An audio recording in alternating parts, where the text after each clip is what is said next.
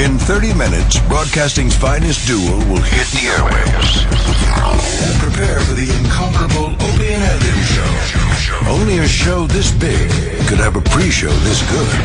Welcome to the Opie and Anthony pre-show with Sam Roberts.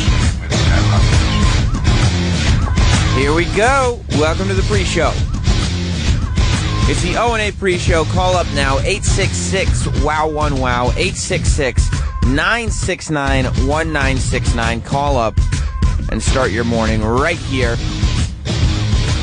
Talk about what happened yesterday on the Opie and Anthony show. Talk about what you're looking forward to hearing about on today's Opie and Anthony show. Some predictions you might have about what the guys might talk about, what their takes are going to be on things.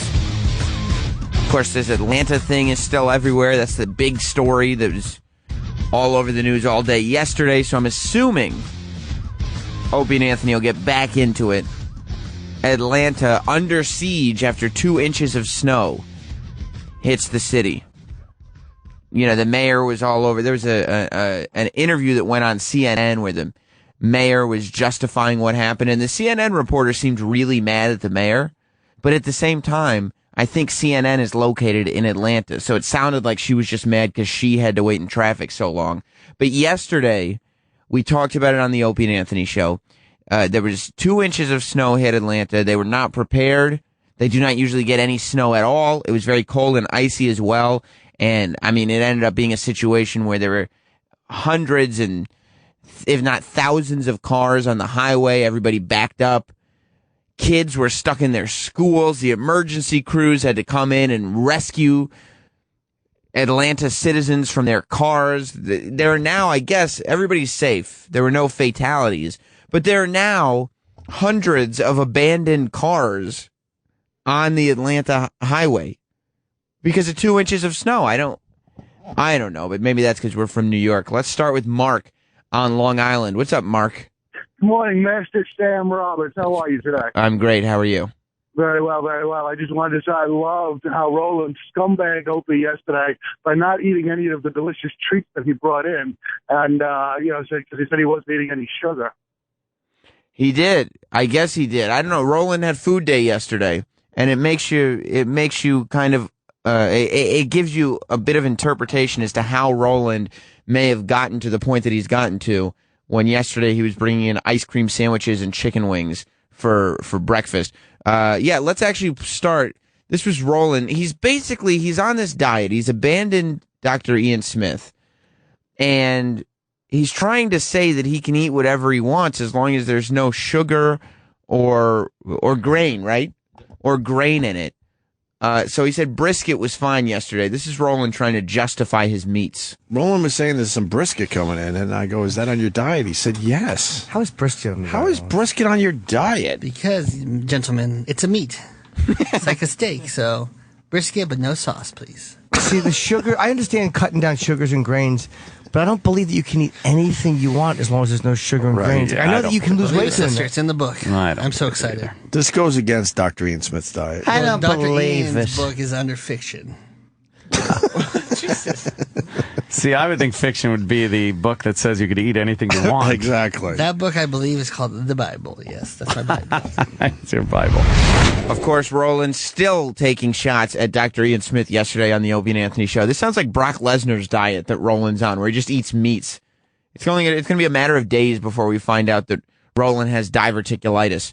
Of course, Florentine was on the show yesterday, Jim Florentine, and he had an observation about Roland's health. I'm going to get way into Florentine because Florentine was outstanding on the show yesterday. But listen to what Florentine said about waiting with Roland in the office before he came on the show yesterday.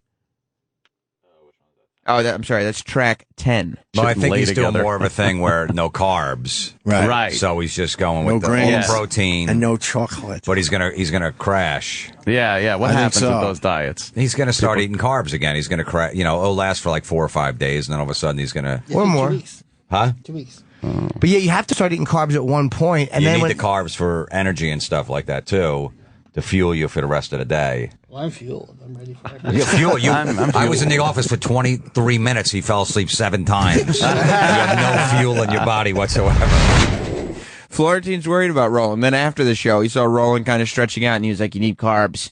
You need carbs." Jason in Oregon, welcome to the Opie and Anthony pre-show. By the way, under 25 minutes before the show begins. I know you don't normally do this, but I would like to send out a song dedication to those. I know it happened a few days ago, but my heart goes out to those people in Colorado. So What happened in Colorado? Oh, you didn't hear about the kid in the high school? I don't know what this guy's talking about. I know there's been bad things to happen in Colorado for a long time. I don't know what happened a few days ago. I thought he was going to send out... I have to come back with a goddamn death dedication. I thought he was going to send out a memo to the people in Atlanta who are trying to survive as they're buried under 2 inches. The Atlanta conversation brought up something very interesting with Opie and Anthony yesterday.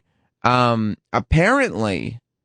O&A were very close to being a local Atlanta show. Not being syndicated in Atlanta, but being like, we're an Atlanta radio show. Let's go to track 1, Sal. This is what O&A brought up yesterday when they were talking about the, I don't know if you can call it a snowstorm if there's only 2 inches of snow, but the Atlanta version of the snowstorm. You do understand the Opie and Anthony show is very popular in Atlanta. Atlanta? I was there, yeah. You were just there. Yeah. So you just missed this shit. I just missed it by about 2 days, and they were really, really very hardcore fans. We almost worked down there. Oh, we certainly almost did. I mean, if we didn't have 2 offers in New York City, we would have worked in Atlanta. Yeah, slow down. I'd have been living in Buckhead. So we took advantage of their steak dinners and everything, knowing we were never going to go to Atlanta. Compound South in Buckhead. Buckhead. Buckhead's just like New York. Just like New York. Is it? I like those guys. They were cool. They wined and dined us, but it didn't work out. Didn't work out. Put us in the Ritz-Carlton. My God. Oh, it was wonderful. I remember watching a ridiculous, just lightning storm, whatever the fuck you call them, from the top of the Ritz-Carlton. Going, God damn, this is kind of cool down here. It was. Big, huge fucking windows. Then the call came from New York City, and we couldn't fucking get out of Atlanta quick enough. The big 2 selling points for Atlanta were lightning and windows. Who would have thought Opie and Anthony were that close to being an Atlanta show? I guess it's when they were on WNEW, and that was obviously the run in radio that made them famous. It got them to where they are today. I do wonder what would have happened if they'd ended up in Atlanta.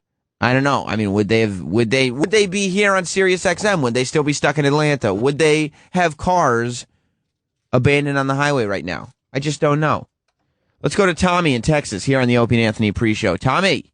Hey, what's going on, Sam? How you doing, buddy? Hey, yesterday with all that food around Shamu Roland, was he in the corner shaking with beads of sweat on his forehead because he couldn't eat none? He seemed to do all right, but I think that's also because he's on this diet where he can eat what he wants. You know what I mean? Like, I think if he hadn't been able to eat brisket, it would have been a little tougher for him. But the fact that he's convinced himself that he can eat whatever he wants as long as it's not cake, and as much of it as he wants, makes it a little easier for him. A lot going on today, a lot that Opie and Anthony are going to get into once the show begins. No Macklemore news today, but some Justin Bieber news. I like that Justin Bieber has kind of gone from being a celebrity that, like, teenage girls love, but a few grown-ups hate, to just being like, you're supposed to hate Justin Bieber. He's one of those celebrities that now you just hate. He was back in a courthouse. Yeah, well, not a courthouse, but I guess he was with police yesterday.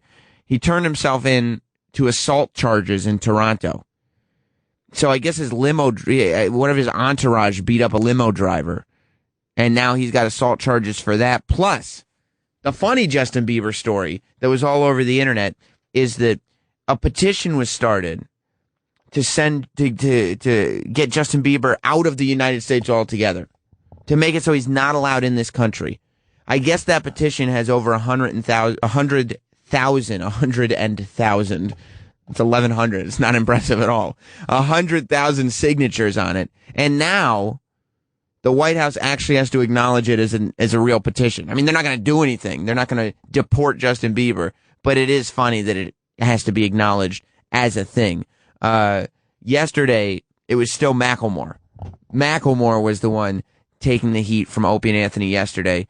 And there was a question brought up. Jim actually brought up the question. Jim Norton, who will be on the Opie and Anthony show today, he brought up the question whether Macklemore is actually gay. He said, do you think Macklemore is gay? And I said, no. But here's the conversation we got into about Macklemore's sexuality.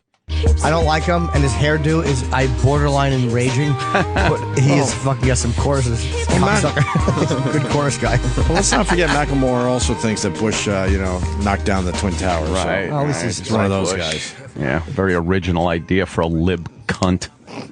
Enough for him.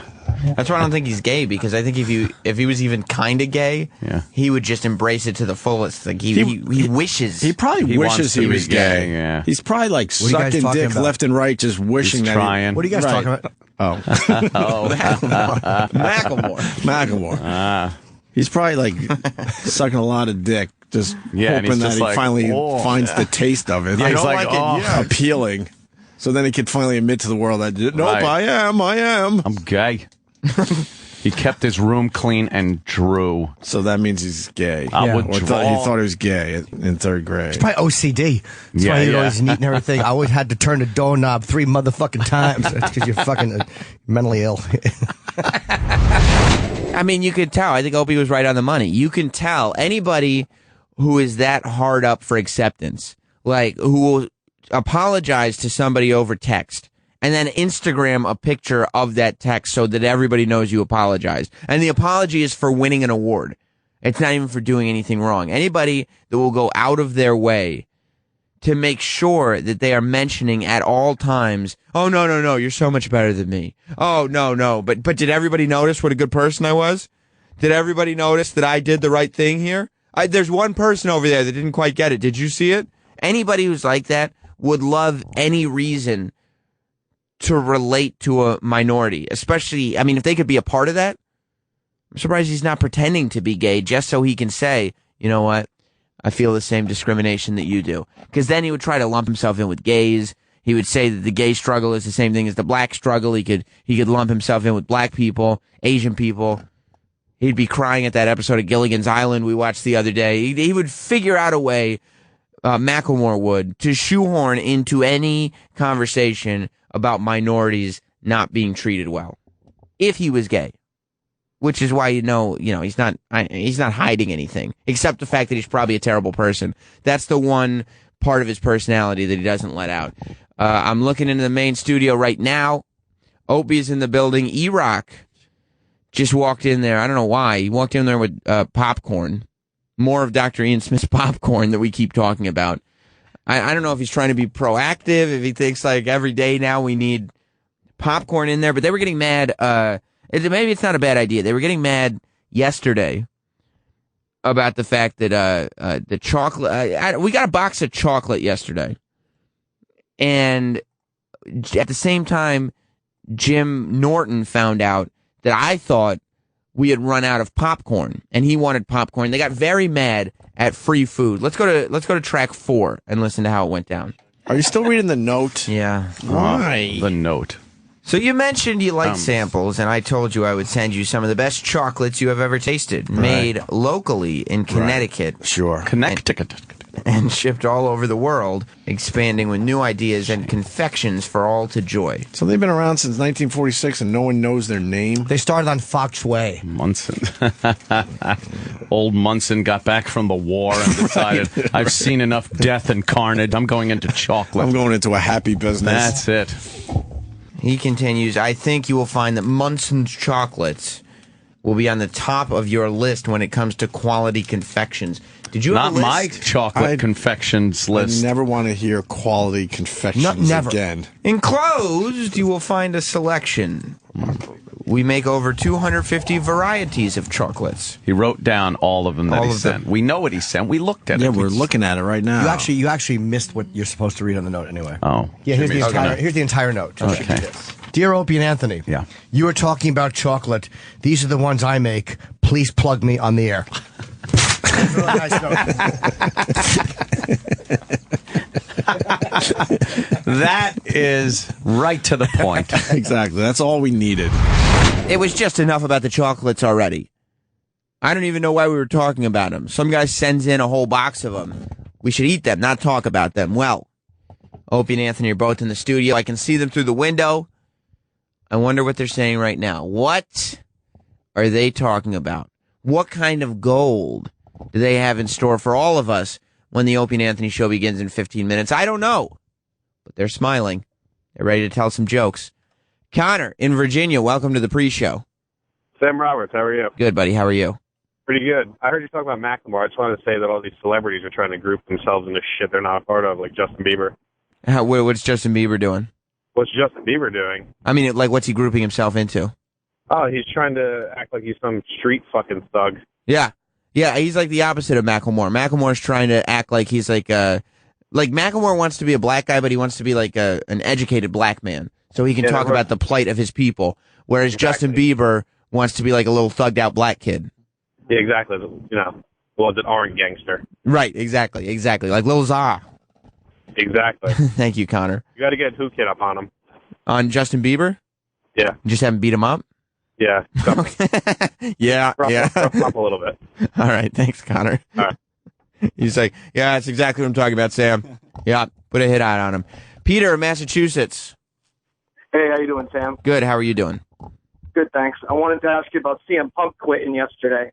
Well, this story, I hope Opie and Anthony get into it. I texted Jim about it because I wanted to see if he could. I don't have CM Punk's phone number, but I wanted Jim to text him and see if he could get him on the air. This is a story that kind of broke out. It's a wrestling story, but it broke out to the mainstream. It was on TMZ. It was on Yahoo News. Apparently, CM Punk, who's a friend of the show, he's been on the show a bunch of times. We found out he's a big Jim Norton fan when he was on. And he's a big WWE star. Got super fed up with whatever was going on behind the scenes at that wrestling organization on Monday. And before their TV show, he walked off, he quit the company, and he flew home to Chicago.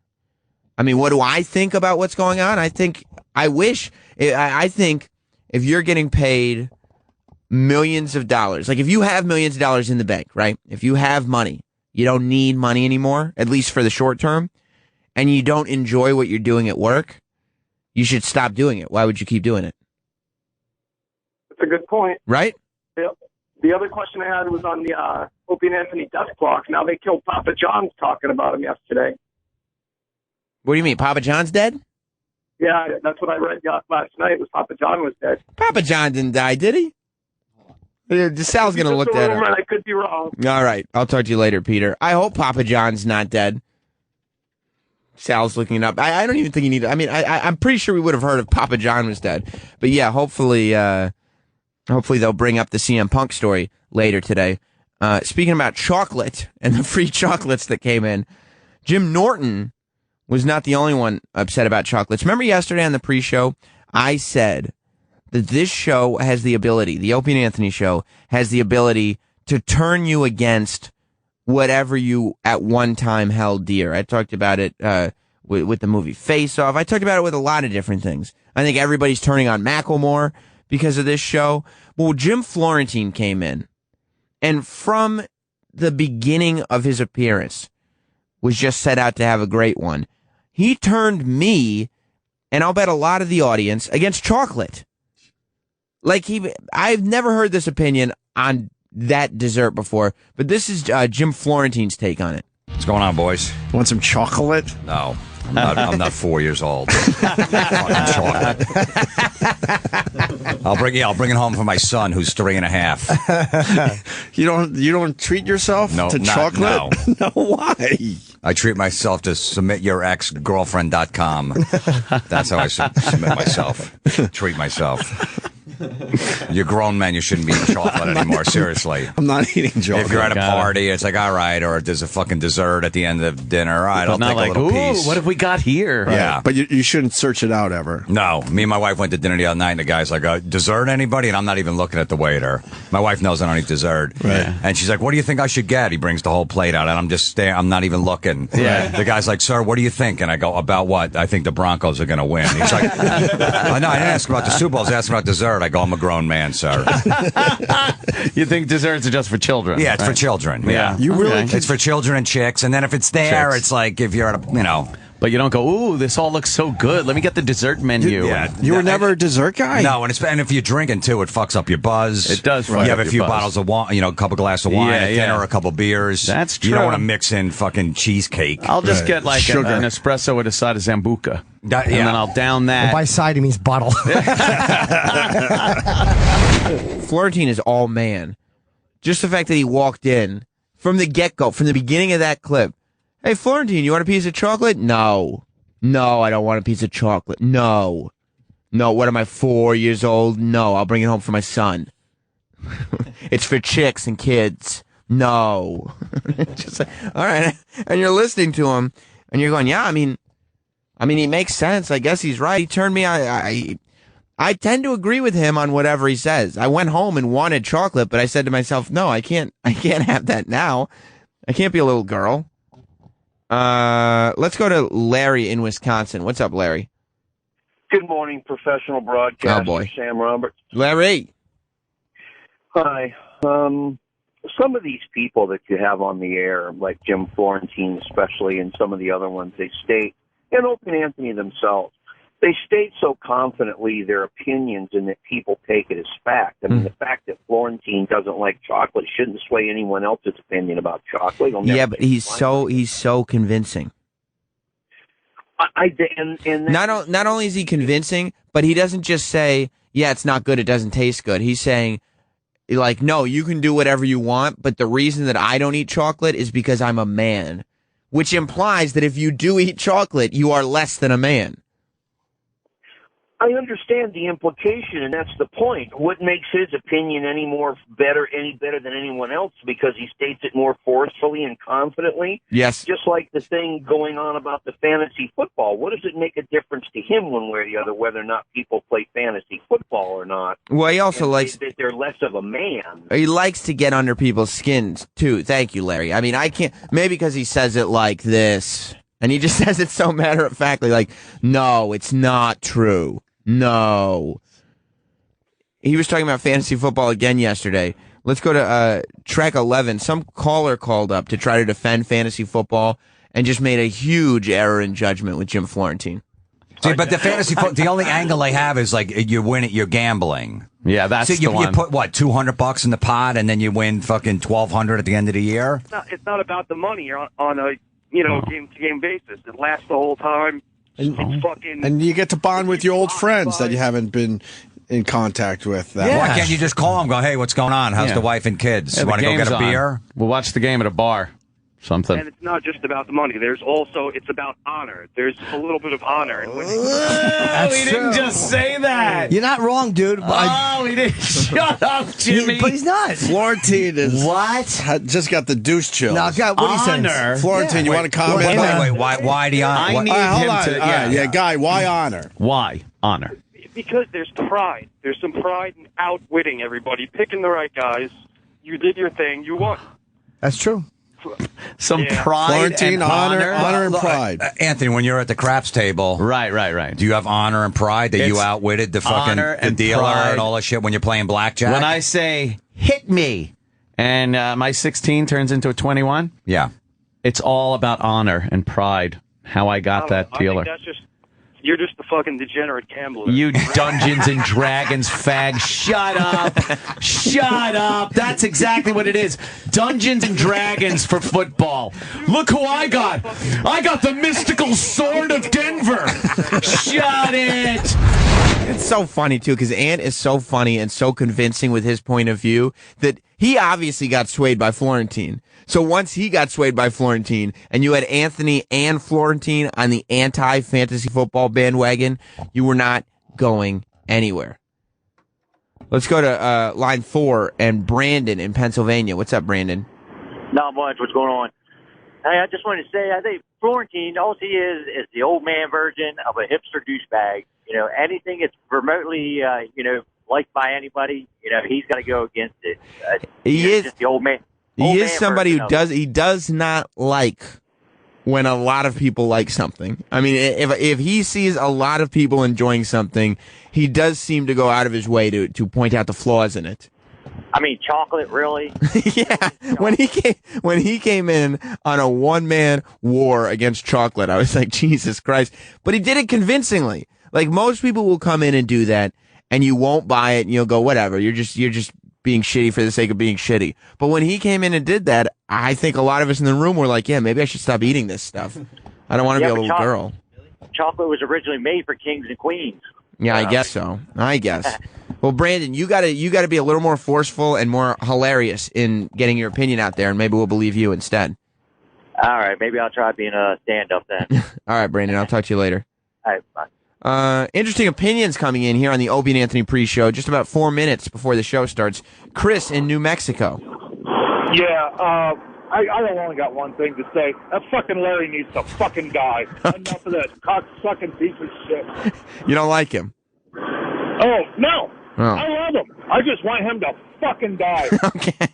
Every fucking day. Larry, Larry, Larry, Larry, Larry. Mm-hmm. Die, motherfucker. Shit. Enough of this crap. All right, let's see if we can get some other opinions on the air. Let's go to Brian in Detroit. What's up, Brian? I'm sure that last guy's thoughts. Fuck Larry. He's not a part of the show. It's the Sam pre-show, not the Sam and Larry show. I hope that fucking trucker gets fucking AIDS from some hooker he fucks at some truck stop. Stop calling every fucking day, you fucking faggot. I've never heard such revolt by the callers against another caller. Snowy in Michigan. Samuel, how you doing, sir? Good. I don't have quite the venom every lot of calls have for Larry, mind you, but I will say, why is he surprised that Florentine is the way that he is? I mean, he loves getting under people's skin. The guy made a living making prank calls for a long time. I mean, of course. That's no, true. No. Fantasy football is crap. No. Yeah, I mean, you're right, and part of it is, I'm sure part of it is trolling, but he does it so goddamn well. Sean in Ohio. Hey, Sam, I was just wondering, if Jim is so against fantasy football, why does he have DraftKings.com as a sponsor on his podcast? You know, that's a good question. I mean, the answer is because they pay him, but it is interesting that, because I guess, is DraftKings a big fantasy football deal? Yeah, it's all about fantasy. So you would think that they would not want to sponsor a podcast that has in the past been dedicated to how shitty fantasy football is. But that sounds more like the sponsor's problem than Jim's problem. If Jim can find sponsors that just go with him regardless. We called Paul Williams yesterday. We don't have a lot of time, so let's skip right to track 14. We called him at the top of the show yesterday, cold call, because he was at the Grammys on Sunday night, and we hadn't talked to him. Left a message on his machine. Opie noticed he had missed a call back from Mr. Paul Williams, so he called him towards the end of the show. You notice I never missed an opportunity to plug something. Of course. That's fine, I though. work on the book, and of course, I've got ASCAP work in New York, too. I'm still, my day job is I'm president and chairman of the board of ASCAP. Oh, so, that's right, yeah. He's the great ASCAP. young...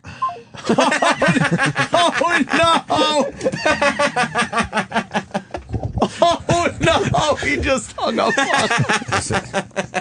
He just... I thought it was a bad connection. No, he just... Why? Because it was all of a sudden it was pretty clear, and then it just went to nothing. We're good. He was on his way to the airport, and I couldn't really hear him. You were helping him out, right? Yeah, I was helping him out a little bit. Yeah, Love you, miss you. Love you, miss you, Paul Williams. You got the story anyway, didn't you? Yeah, we did. And then Paul Williams calls back.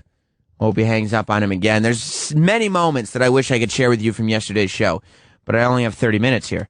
Borgata Ray, welcome to the pre-show. Hey, Sam, good morning. I want to concur with the other callers. Fuck Larry. Every morning, well, professional broadcaster Sam Roberts. You know what he is? He's a professional cocksucker. Fuck him. I hope he crashes into a snowbank. He's always been so nice to me. I don't understand. Do you hate Larry, Sal? No, Larry's a smart dude. Huh? Yeah, he's nice to everybody. He's nice to the phone screener. I don't know. But you know who's not nice to everybody? Opie, Anthony, and Jim Norton. And that's why we love them so much. All three men are in the studio getting ready for another great show today. We didn't even get into the fact that Ant was tweeting last night about 90 Day Fiancé. Remember I showed him that show? I played clips for him. Ant finally got to see a full episode. I hope that conversation will lead in to talking about my 600-pound life. We've been talking about it here on the pre-show for like 3 days. They got great clips in front of them. Will they play them today? We'll find out because the Opie and Anthony show starts right now.